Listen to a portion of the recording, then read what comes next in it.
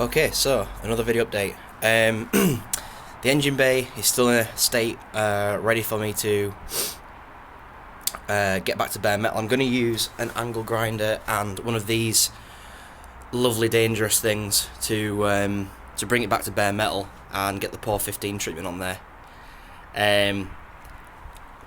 But first, here's the new gearbox. Just get this out of the way. It's a RX8 5-speed box, hydraulic throwout bearing hydraulic clutch sort of setup. It's complete, so it's got pretty much everything I need. It does mean that I'm going to have to convert the clutch to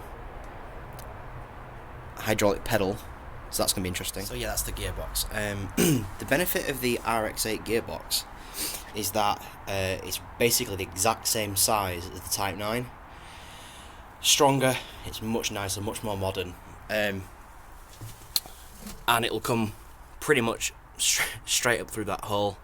It's no bigger than the Type 9, so there's no need to cut the tunnel to accommodate it, and the original prop shaft will work with it, because the splines on here go straight into the RX8 gearbox, and that straight onto the back of the axle. So the first step is to get this back on and then mock up exactly where that gearbox is going to go so it fits onto here nicely, and then I can start fashioning the engine mounts and stuff like that. So I'll have to keep you updated on that thing.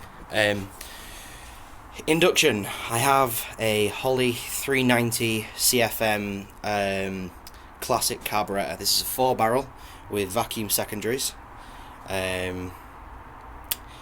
It's been running, I've seen a video of it running recently, but it looks like it needs a clean, so I've got a carburetor cleaning kit, I believe the Holley Trick Kit. I've imported that, and I've also bought from Real Steel, who are a UK supplier of American parts, and really knowledgeable guys, or guy who I spoke to, he was great. I've hooked me up with a throttle linkage system as well, and what that'll do is allow me to get my Ford throttle pedal onto here with a new mount that fits onto the 4-barrel 4 bolts that hold the carb onto the inlet manifold.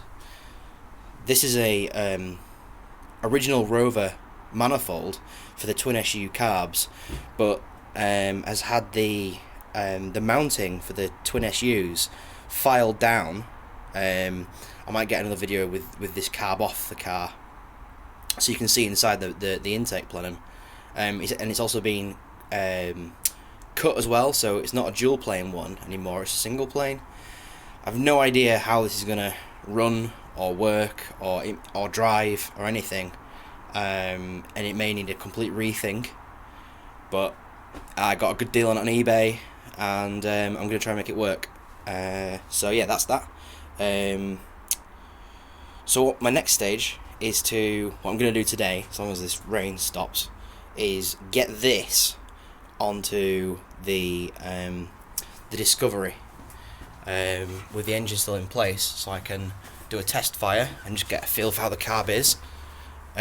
So over here I've got all the EFI system pretty much stripped out. That's all the LPG system, and here we have a nice dirty 178,000 mile V8. You can see it's in pretty nasty condition, so I'm gonna have to do a full rebuild. I bought myself an engine stand, so that should make easy work of that. Yeah, so that's that. Next stage, I'm going to put the carb on here and give it a test fire. Alright, so I've got the the carb on in a sort of a crude fashion. I'm going to work now on getting some sort of setup with a